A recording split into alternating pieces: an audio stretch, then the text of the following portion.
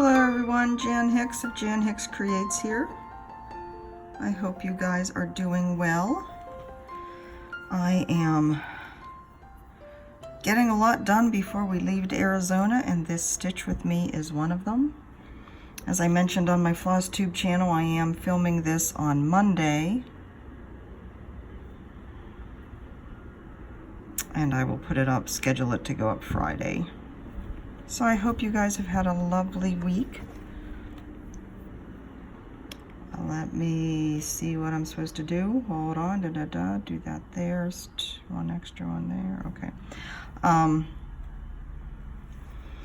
So yeah, welcome back for those of you that are coming back, and welcome to any new people that want to venture into this craziness of Jan Hicks Creates,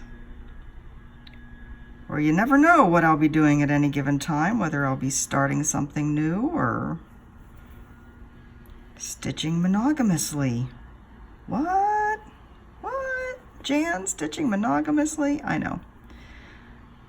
So I am working on Vitreous Art number 2. This is a pattern by that Russian company. I believe it is Oven. I'm sure that's not how you pronounce it in Russian, but that's how I've seen it spelled. And it is gorgeous. I love it.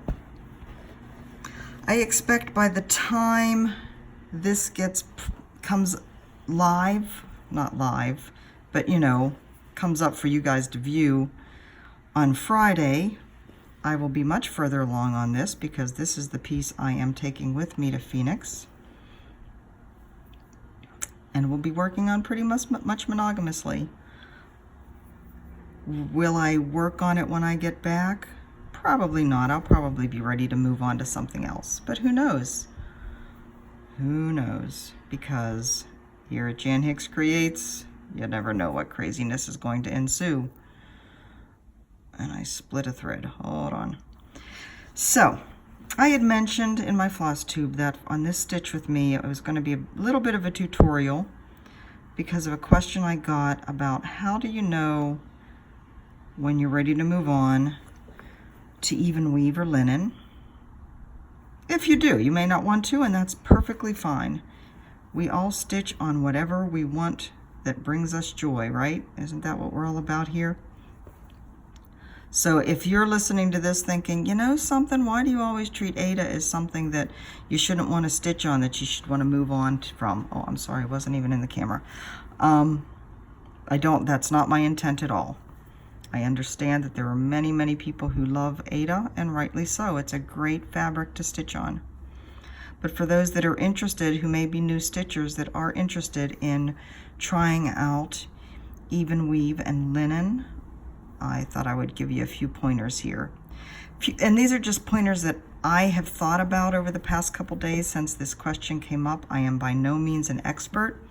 These are just things that I think will help make it easier for you to make the transition if that's what you're looking for. The first question of how do I know I'm ready is a question only you can answer. And I would say, after you have a few Aida pieces on your belt, if you're itching to try one of the Evenweaves, go for it. Why not? You may find that you don't like it at all. You may find you love it, but you won't know if you don't try. Now I'm going to do a little bit of a kind of a talk here on what is the difference between linen and Evenweave. What is an Evenweave? What does this even mean? So cotton, or Aida is woven. Where's my piece of Aida? And this is a smaller Aida. I think this is an 18 count. But Aida is woven so that there are 2 or even, actually this looks like 3 or 4. I think there's 4. And I don't know which direction is warp and which direction is weft because I'm not a weaver, but there are 4 threads in each direction that are going under and over and under and over. So Aida forms these nice little squares. Most Aida is cotton. Some of it's stiffer than others. It will soften up with use over time. When you talk about even weaves, you are talking about the class that is both linen and fabrics like Lugana and Jobelan and Murano and Linda and Monaco, which is unfortunately being discontinued. Those are even weaves because what even weave means is that there are the same number of warp threads and the same number of weft threads per inch. So 32 count is 32 threads both this way and this way, horizontally and vertically, per inch. That's all even weave means. The fabrics like Jobelan and Lugana get titled even weave. They are, most definitely, but so is linen. So they're all in that same class of fabric. I think like the Jobelan and the Lugana type of fabrics get called even weave because I don't think people really know what else to call them besides their names. Jobelan, by the way, and Lugana are basically the same fabric. They're both about even split of rayon and cotton, 48-52. If I'm remembering correctly, Lugana is the Zweigert product and Jobelan is the Witchelt product, but they're both basically the same fabric.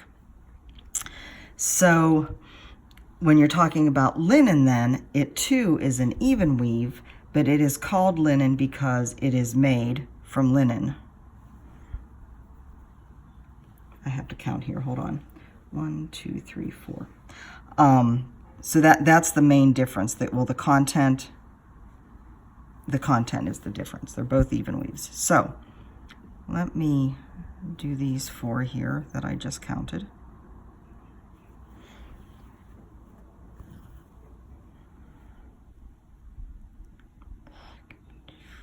Hold on, 1, 2, okay. And then I have some samples here to talk about. So I would highly recommend when you are ready to switch from Aida to one of the Evenweave fabrics that you start with Lugana or Jobelan or Linda or Murano, one of the ones that have a cotton rayon mix.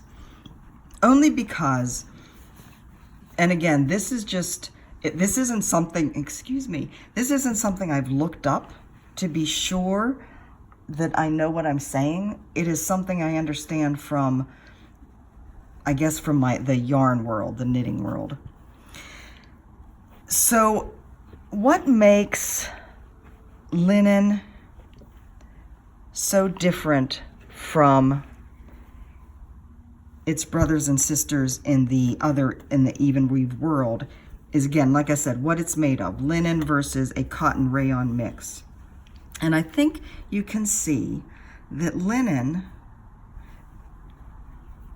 this is a 28 count linen, has a much more uneven yarn that it's made from, thread that it's made from. Some of them are better than others, but there are always, in linen, thicker and thinner places, and there are even, let me see if I can find a more egregious one, there are even places that are quite thick that are called slubs. I believe this is because linen is a natural fiber, and so when it's spun into the thread that is used for the weaving, you often get, you can get debris, but you don't get that in the linen cloth, of course. It just has a more thick and thin spinning end to it. Whereas, so when you're making a linen fabric, the yarn that you're starting with, the thread that you're starting with, has thick and thin places in it, because that's the nature of what happens when you spin those fabrics or those fibers. Whereas when you're talking about a cotton that is combined with a rayon, because rayon is a man-made fabric, there are no slubs, there are no uneven places. It's a very even fabric. And so it's a very even fiber whenever it's spun.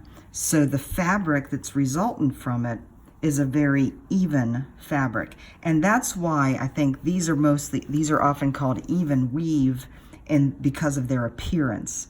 Everything is even weave, but these get labeled even weave because you can see there's no slubs, there's no thicker, thinner parts. It's all very even. Now, when you are ready to transition from Aida to even weave, I highly recommend, like I said, you start with one of the even weaves before you go to a linen, because of the nice even texture of the fabric. You can usually see the holes better. They're much clearer.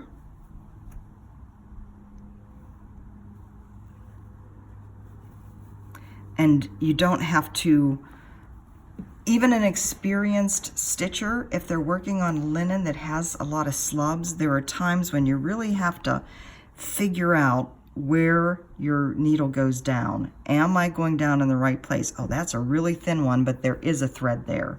So it can get tricky. So even these two even weaves, I don't think I have another piece of even weave. They are both 28 count. I do not know the manufacturer of them.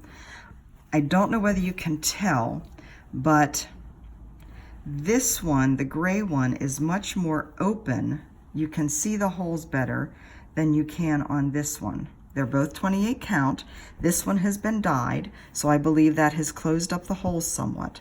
I would recommend, when you are ready to switch, you look carefully at the fabric you're choosing and find one that has a little bit more open of a weave so that you can really see those holes.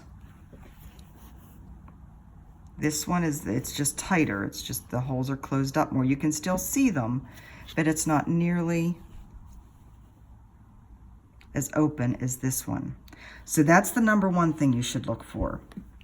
The number two thing is, let me get my needle and play a little bit here. So when you're starting and you're coming from an Aida where those squares are very clearly delineated, you are going to have to slow down and figure out where your squares are. So you need to be able to count and see that square on the fabric. Now, as you are stitching, do not be ashamed to do this. 1, 2, 1, 2. Okay, that's where I go down. Where do I come up? Okay, 1, 2. Okay, that's where I come up.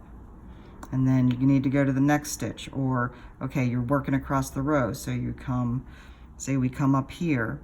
1, 2, 1, 2, that's where I go down. 1, 2, that's where I come up. You can go diagonally. 1, 2. Drag your needle across the fabric and you can feel the threads. 1, 2, 1, 2, 1, 2, 1, 2. I can promise you, if you keep doing this, you will get faster, number one, but you will start to see those squares in the fabric. You will start to see the separate warp. I keep wanting to say wharf, like, oh, that's from one of the Star Treks. You will start to see where the warp and weft threads form that square that you're used to on the Aida. You will start to see as your thread forms the square, and of course this is going to be weird because this is attached to my project, but you're going to start to see as you form the square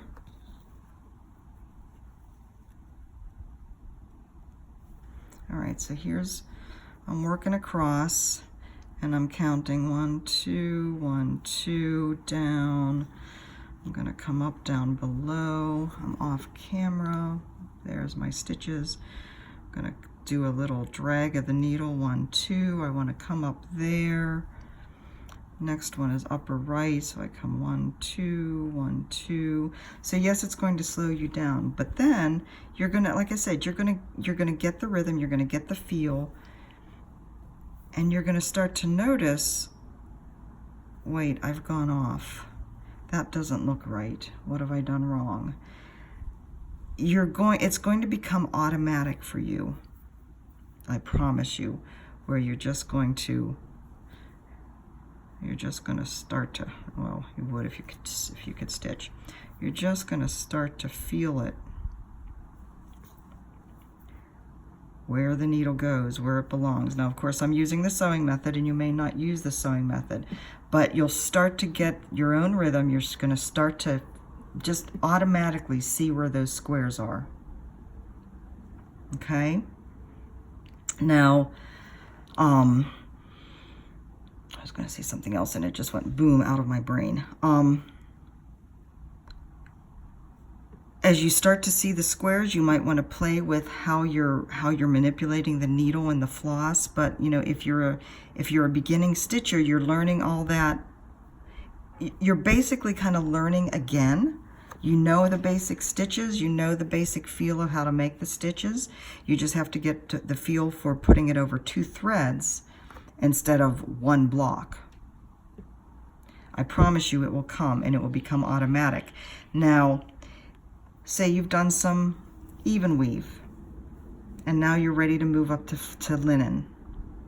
And I don't know whether I'd say up to linen. Again, my terminology is automatic here, but it doesn't mean that, you know, this is a lower form of work. It's totally not. Oh, also start on 28 count. Did I say that? Make sure you start on a bigger count so you can see it easier. The holes are open, the squares are bigger, it's just easier.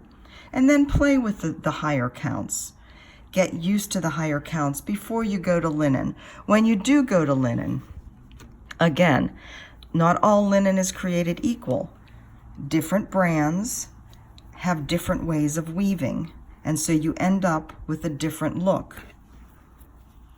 You end up also with a different feel. This, I believe, is a, I'm not sure, it's called Monet Blue. I think it's a Weeks Dye Works linen. Weeks Dye Works is known to be stiffer, but it's very open. Can you see how open that is? Compared to, now this is that's a 28 count. This is a 36 count. But can you see the difference between how much more tightly woven this is compared to this? Start with this. Start again with 28 count. Find a linen that has the more open holes. This, I believe, is a 32. Again, lots of slubs. That's something that as you get to, like, let's look at this space here. Always when you have a thicker thread, you're going to have a thinner one next to it. And sometimes you might have to work to find it, depending on how thick the slub is. There are times that I've tried to pick out some of the extra fibers from the slub. If you're comfortable with how fabrics are made and how threads are woven, you can do that. I just do enough that it removes some of the bulk without, you know, damaging the fabric. I wouldn't want to do that. I just lost one of my pieces. This is a 28 count again. Again, a pretty nice openly woven compared to that. So I hope that's given you some ideas, some thoughts on how to change what you're stitching on if you want to change up to an even weave. Let me know if you have any questions. If any of this didn't make sense, if I didn't go into enough detail, if you know, anything, just let me know. I'm happy to help. And again, this does not mean that Aida is bad. Aida has been around for ages. It's a wonderful cloth to work on. There are just people that want to try something different, and I hope this has been helpful. My leg is crossed and my foot's falling asleep. So, let's see. If you watch my floss tube, you know that we went to Arizona for a funeral. It's kind of odd filming for the future. So hopefully I'm making sense. Where was I? There it was. I hope while I'm there to get to a Joann's and Michael's and pick up the floss I need. I have to look at the Joann's flyer and see. Does anybody know? They're not having one of their doorbuster sales on floss, are they? That would be like awesome, because I have a whole list I need to get. 1, 2, 3, 4, 5.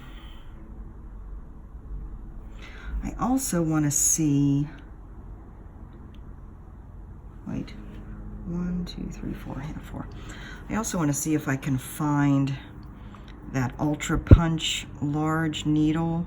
I haven't ordered it yet because, like I said, I hate to order and pay the shipping for just one thing. Apparently, the old Tattered Flag shop, I guess the original manufacturers of the Ultra Punch stopped making it, and so the old Tattered Flag took over the manufacture of it, the licensing and all that. And so I don't know whether they are the only one that sells it at this point. Like I said, I couldn't find it on Amazon anymore. Or basically whether anybody else. Like, I know the attic carries needle punch. I don't know whether I'm going to be able to get down there at all, but if I do, I don't know whether they carry the Ultra Punch. I'll have to call and find out. I don't know whether I should just get like something else from Michael's or Joann's if they carry it, and just use whatever I can find in the meantime. I don't know. I could maybe call the old Tattered Flag and see if they can ship it to Phoenix quickly enough that it'll get there before we come back on Sunday. I don't know. I already have so many things to think about before we leave on Wednesday that my brain is, like I said, bouncing all over the place. So yeah. I thought about taking my finished items and seeing, like going to Joann's. There isn't a Hobby Lobby close by to my in-laws, unfortunately. But going to Joann's and seeing if I could find some finishing items there. But I don't want to, we're just taking carry-ons. I don't want to have to worry about the bulk. Whoops, sent that flying. I don't want to have to worry about the bulk of bringing back, you know, like wooden items or whatever. So I probably won't do that.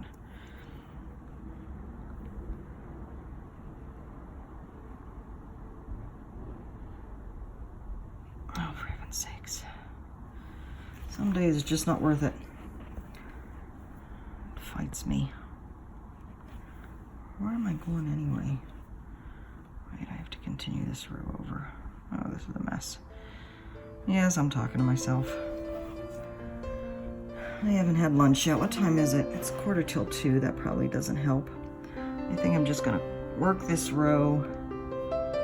You know something? I'm not gonna work that row. I'm gonna call it quits here. I hope you guys have found this useful. Forgive me for my blathering on and my mumbling to myself. It's been a weekend. I will talk to you soon. I hope you guys have a good week. By the time you see this, like I said, it'll be Friday, so I hope you have had a good week. I love you. Thank you for your patience. Have a great one. Bye-bye.